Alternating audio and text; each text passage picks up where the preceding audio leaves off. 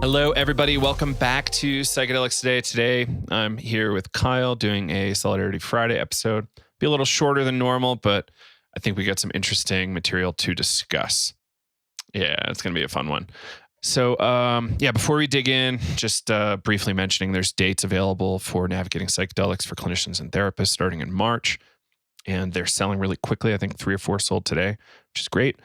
On account of a short episode, that's all I'll say, but you can learn more, psychedeliceducationcenter.com.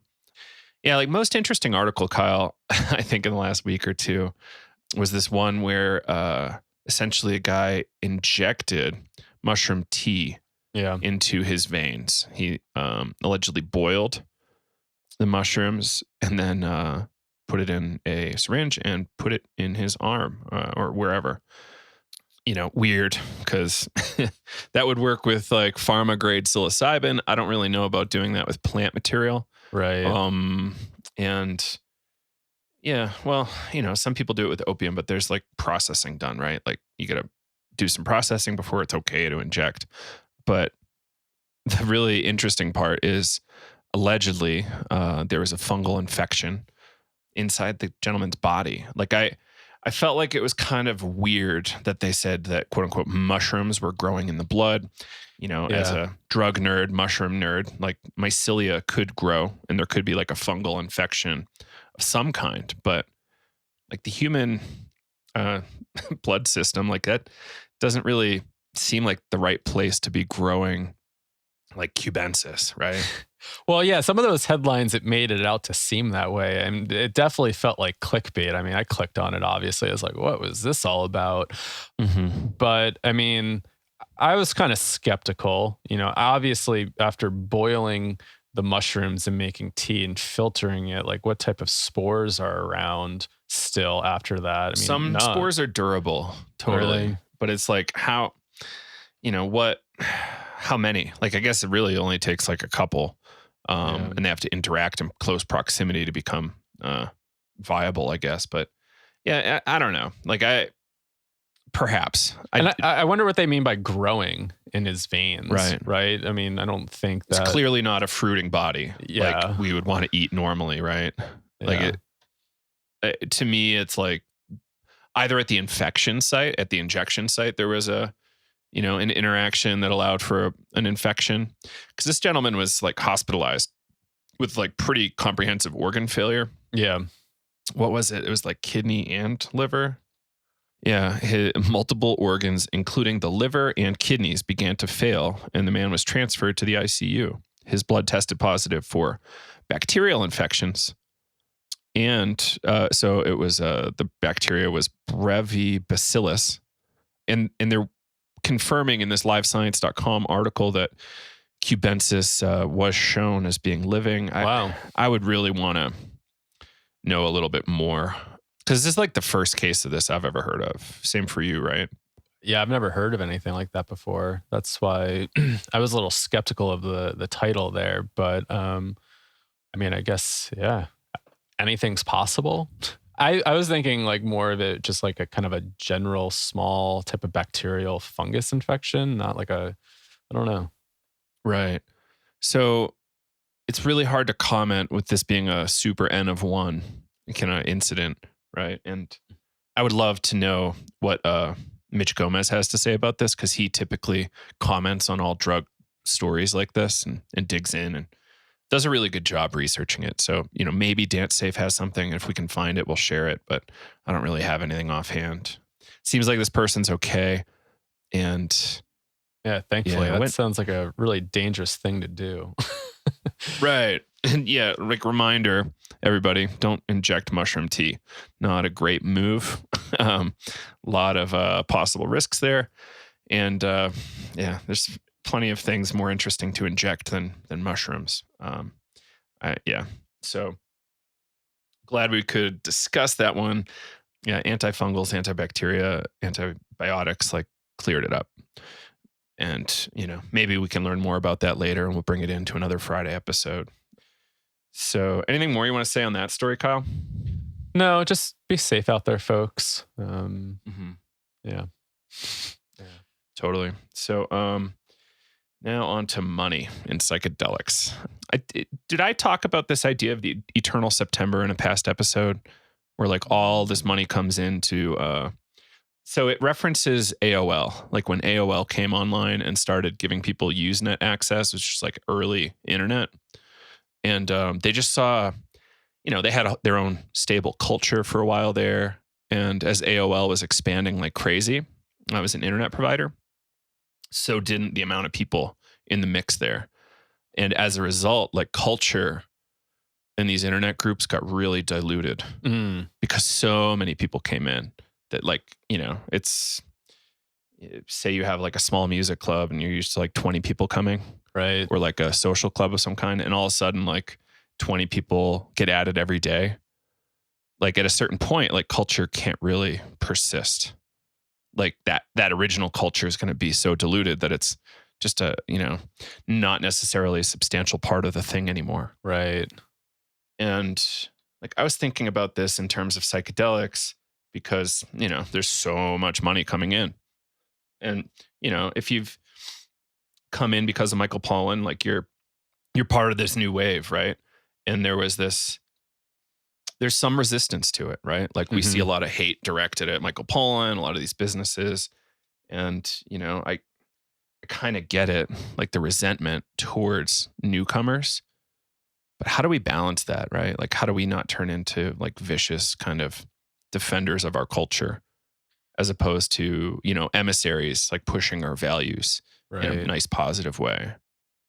Well, then I always have to think too, like we were newcomers at one point versus like the people that came before us, right? And I spent hundreds of hours listening to Leary. DMT Spirit Molecule turned a lot of people on. Yeah, totally. Like I still respect these old heads like Leary, McKenna, etc. Like the whole gamut. I spent so much time listening to them when I was coming up.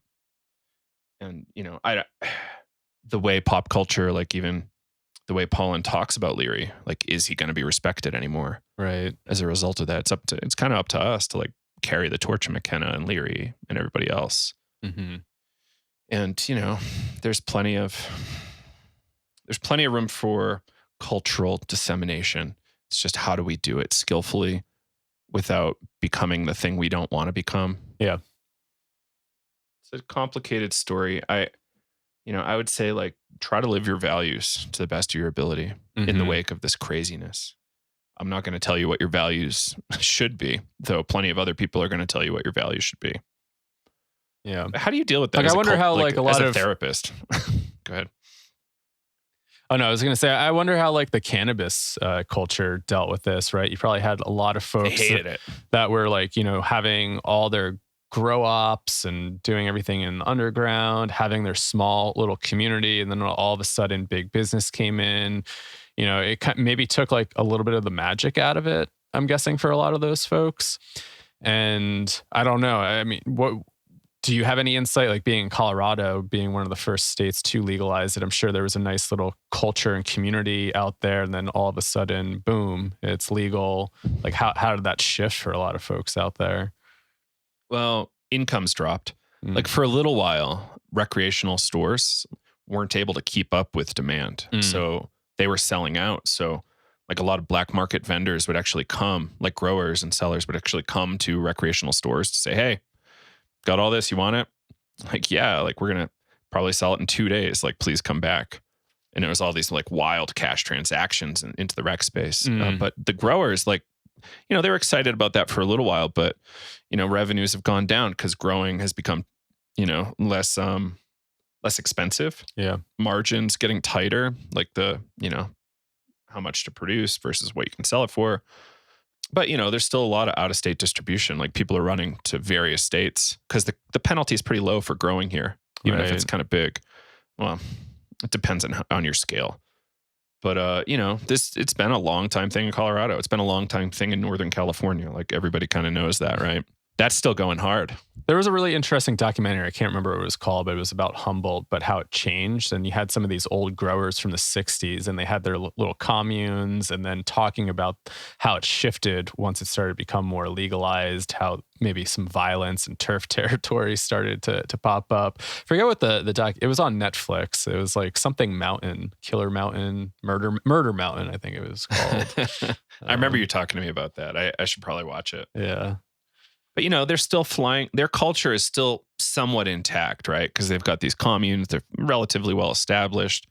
A lot of them have kind of like backcountry grows, like way out. You got to hike out 20, 30 miles and then hopefully not get caught by the police. So, you know, just California is wild like that. Yeah. Like I think I stumbled into 1 or 2 grows in Maine, just cruising around the woods. And that was kind of scary. I'm like, these people probably have guns. I'm going to get out of here.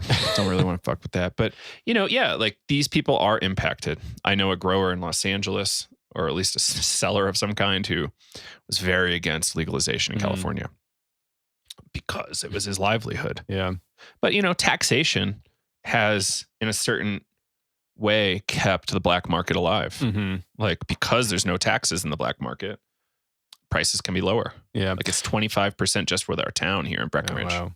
Yeah, and I think not even just like thinking about money to that, like how does it shape like the economics there, but just even thinking about the culture and how that shifts and like taking some of the magic out of it. Like it was interesting, like when I went to like Esalen, there were a few people there. It was like, this isn't Esalen anymore. It's completely changed. It got, you know, the management's different, and it's, you know, starting to put on some of these corporate structures.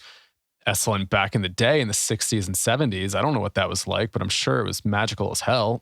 I mean, it still has that feel, but you know, there's definitely some people that were there were like, this was nothing like it was like a decade, 2 decades ago. So just even thinking about like these little subcultures and how I guess like things shift and how part of that magic, like just thinking about like, I guess like the psychedelic culture, right? It's like you have these small little communities.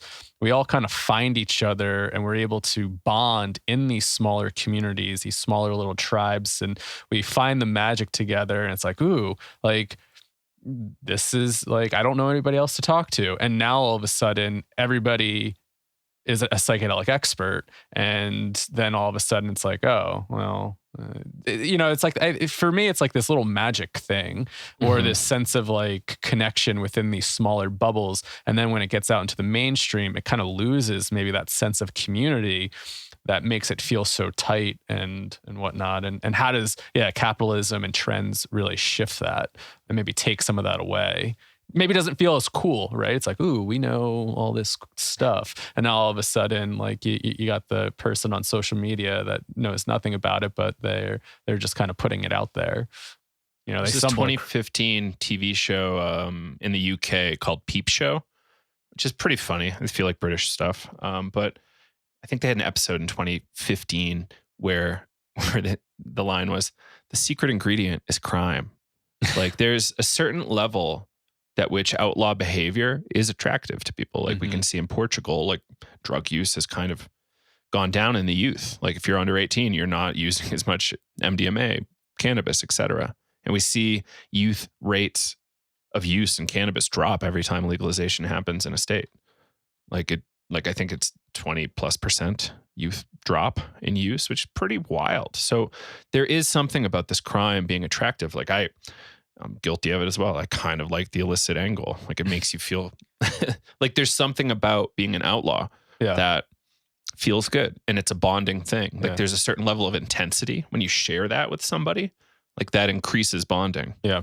But if you're like, oh, you buy your MDMA at CVS and I buy mine at Walmart, are we going to bond over that? Right. Like, yeah, it's something I heard Tav Sparks say at a holotropic breathwork event where he was talking about like addiction and just how habitual it is and how it's the habit and the ritual behind the use. And I was thinking about like, you know, early days of cannabis use, it was like meet up with this person. Then you got this whole ritualistic aspect of, you know, who's going to put money down on this? How are we going to do this? We need to go hide in the woods. And I think I mentioned this like before, maybe on the podcast, but there was a really great meme. It was like, smoking weed early 2000s. Got to go hide in the woods, go so far away. 2019, walking in Walmart or Target. Yeah, fuck it. I'll hit my vape pen. Done it, I guess. Yeah, it's kind of ridiculous. The culture has shifted so much. Yeah. Like I know local politicians around here that use cannabis all the time. They'll probably be eating edibles in meetings, like in government meetings now. And it's, how many politicians are microdosing, right? And it's not legal. Like there's probably at least a bunch that are doing it because it's a popular thing. It's a sexy thing. So yeah, like what is the impact to culture? Like really in the cannabis market, like you're losing a lot of customers because, availability is everywhere, right? Largely. So you're having to start, instead of serving your immediate community, if that's what you did before, you're having to do like bulk sells to, criminals. Like either criminals only because of the legal situation, but sometimes they're scary. It's like you have to deal with people that are willing to smuggle across like 10 states. Like, oh, you're going to bring this Colorado weed to New York? Like, because you can sell it for 4x the price, like get it in now before it goes wreck. Because once it goes wreck, the market's going to be really different. Yeah.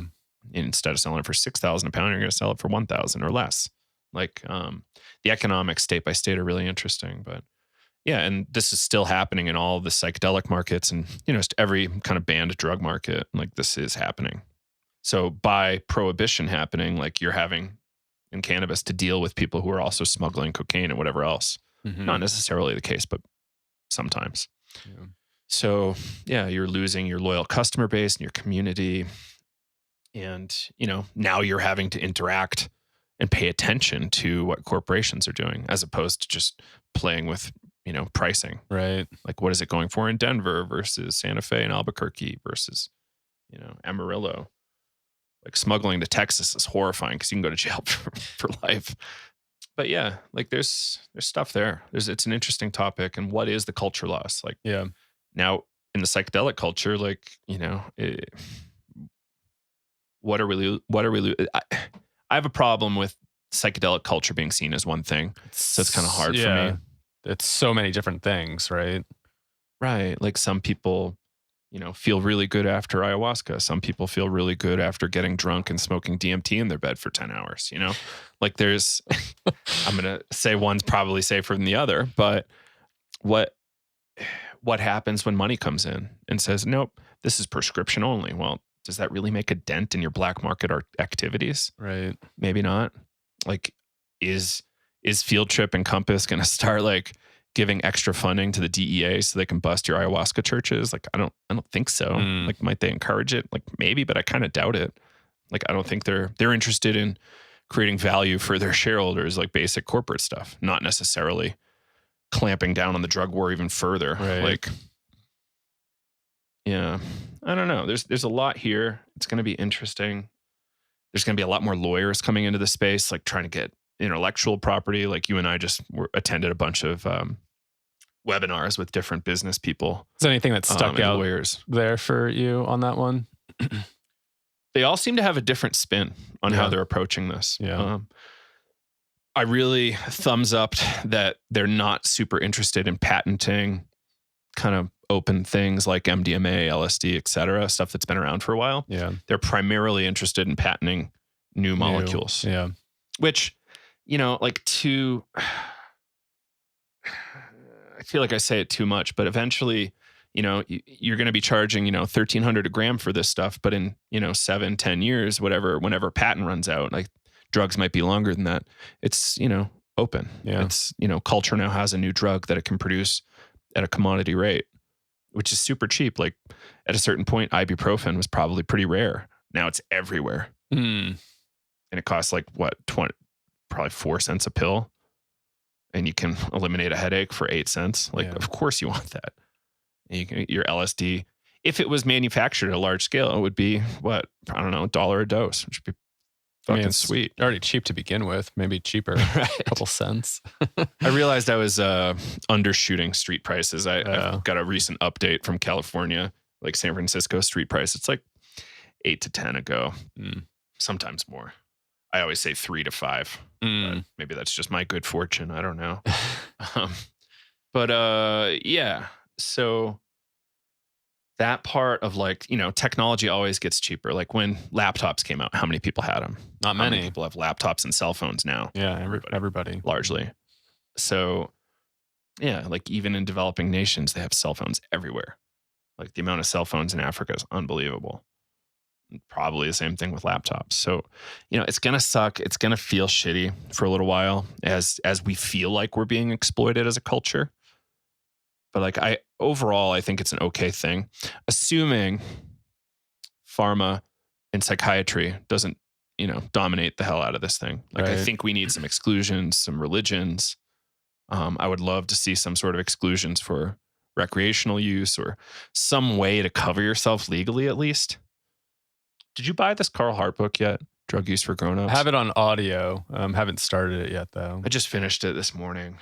Just came out last Tuesday, I think. Really great book. And, divisive point in here is, and I really love Carl Hart.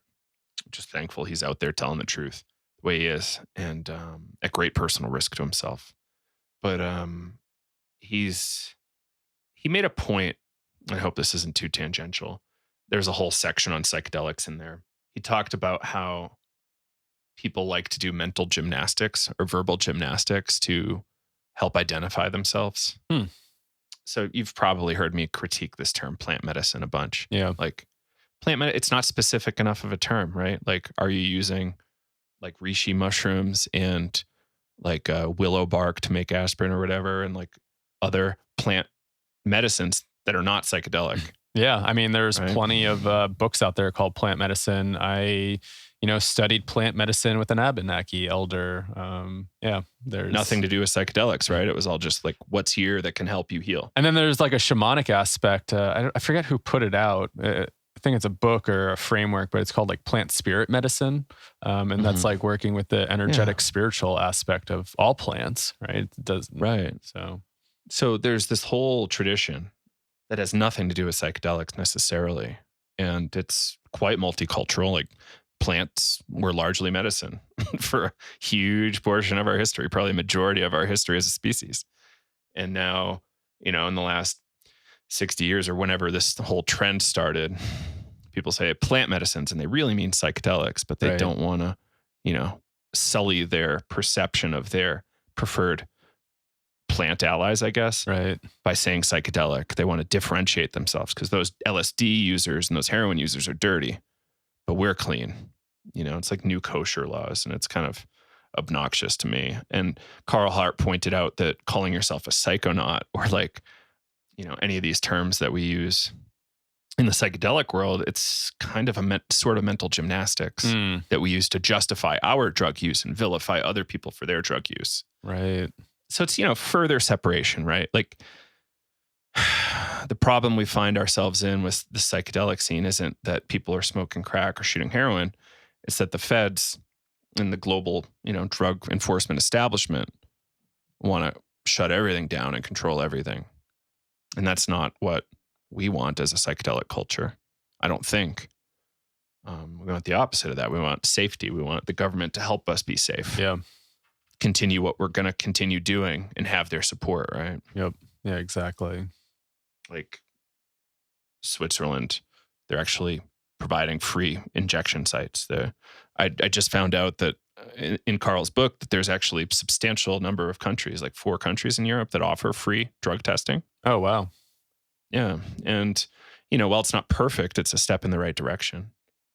At least it's a service that saves a life, right? Like if that service existed, like how many lives would be saved? It was really interesting to hear Mitchell talk about most overdoses weren't... Mitchell Gomez. Yeah, Mitchell Gomez. What did I say?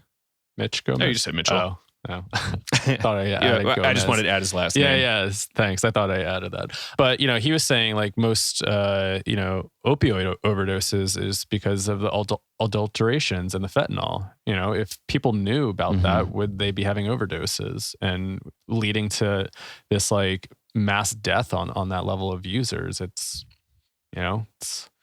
I've mentioned this plenty of times. I mean, there are a lot of people in my town that passed because of that. It's a whole friend group. I mean, friends of friends, but it's been it's been devastating to watch. And I just think, like, what if they just had a service that they knew that they were getting that right amount, that right dose, and it wasn't cut with fentanyl, they would still be alive. Right. Right. So is it okay to keep heroin illegal, to put more people in jail, to have more people die from an unsafe supply? Like, I think that's unethical for us to suggest that. And I guess, like the critique there from, I'm just speaking from some other people that I've talked to, friends of friends, whatnot. Sure. They're saying, well, just get Suboxone, right? It's a good way to stay off of it. But again, right, it's like, okay, then you're just dealing with somebody else. The farmer's doesn't really feel drugs. good. Yeah. It's like smelling the meal and not getting the meal. Yeah. It's not saving lives in the same way a safe supply would. Yeah. And there's no cure in psychiatry, really, right? Like, there's management. Yeah. Like, maybe we'll have some cures eventually, but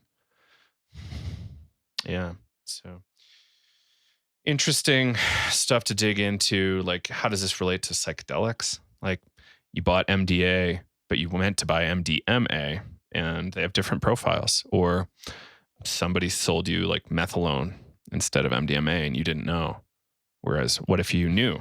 Yeah. And you had like standardized doses. You looked at some of those deaths at festivals, right? Or you're buying blotter paper that contains 2,5-I or, contains, carfentanil. I remember DanSafe put out a PSA a few years ago about that. Albert Hoffman blotter paper with carfentanil on it. It's like, was it being sold as LSD? I don't know. But still, I mean, anybody that might have stumbled across that and they're like, ooh, Hoffman bike paper? That's got to be really good LSD. And, right.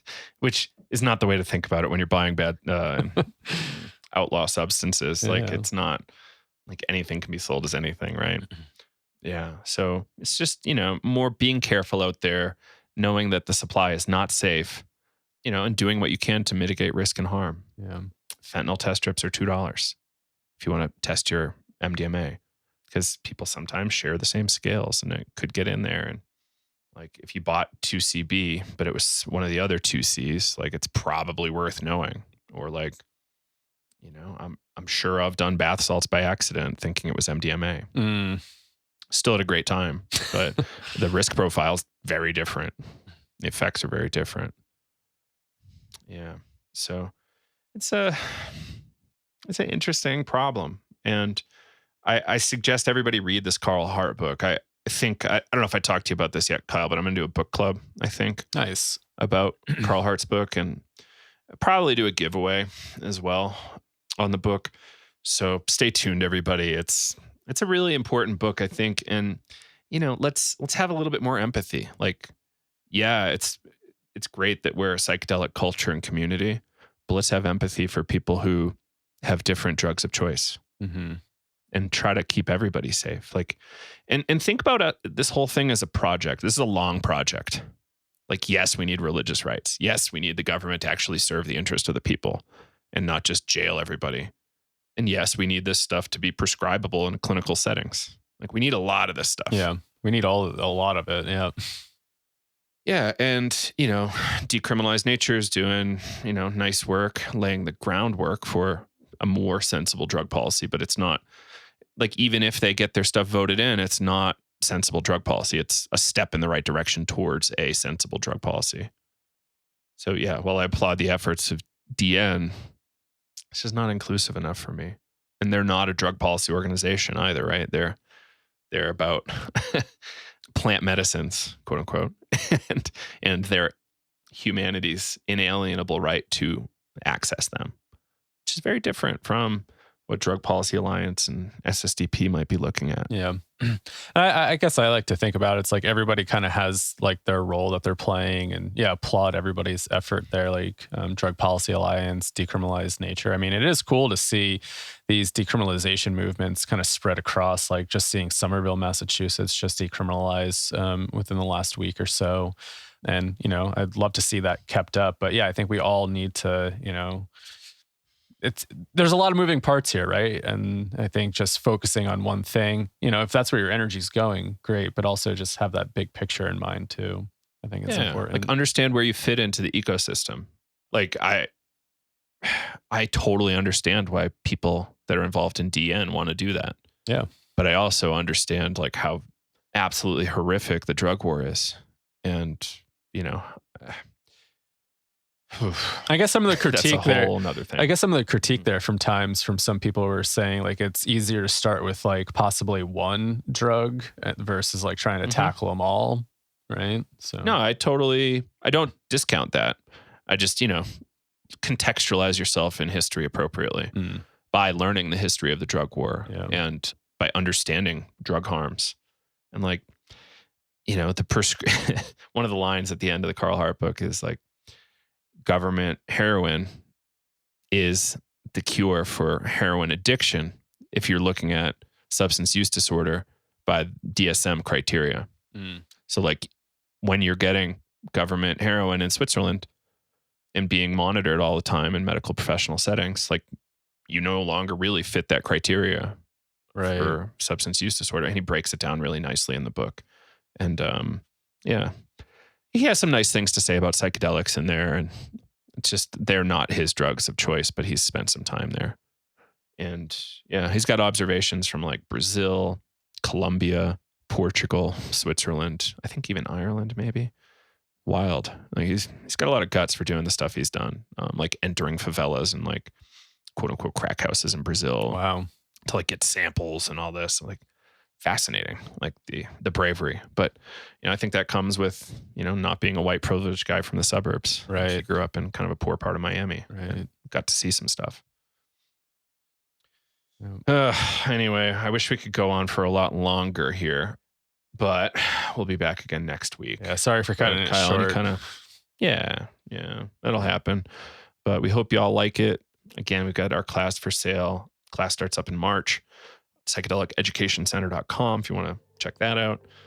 Tell a friend about our podcast. Leave us a review on whatever platform you're using. And yeah, we'll see you again next week. Sounds good. Take care, everybody. Thanks so much. Take care, everybody. Bye-bye.